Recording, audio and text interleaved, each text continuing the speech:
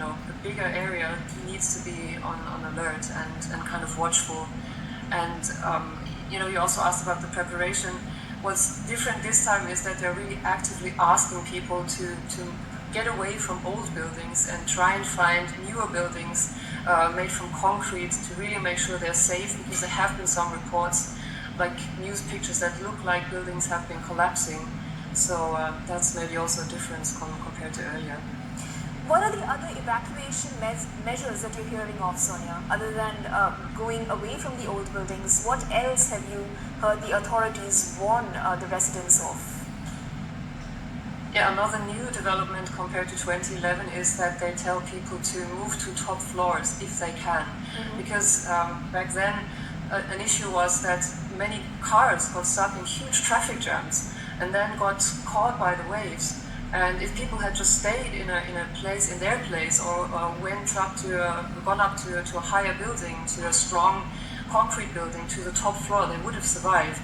And so it's really not always about the distance to the sea, but also can you get up to higher ground like really quickly, and maybe this higher ground is not actual ground, but a really strong building. Well, from the sound of it, it does sound like Japan is better prepared this time around. However, reports of fires have also broken out in the city. Those reports are also coming in. What is the status of the city, its people, and its infrastructure overall with these reports coming in as well?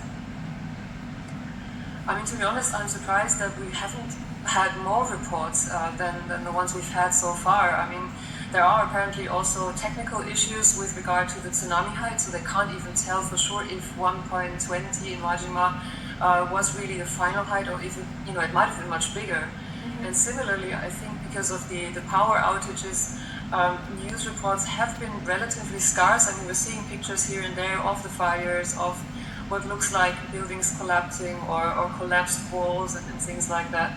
But I think there's also probably some level of overwhelm, because there have been so many earthquake alerts, and that's really not normal, even for Japan.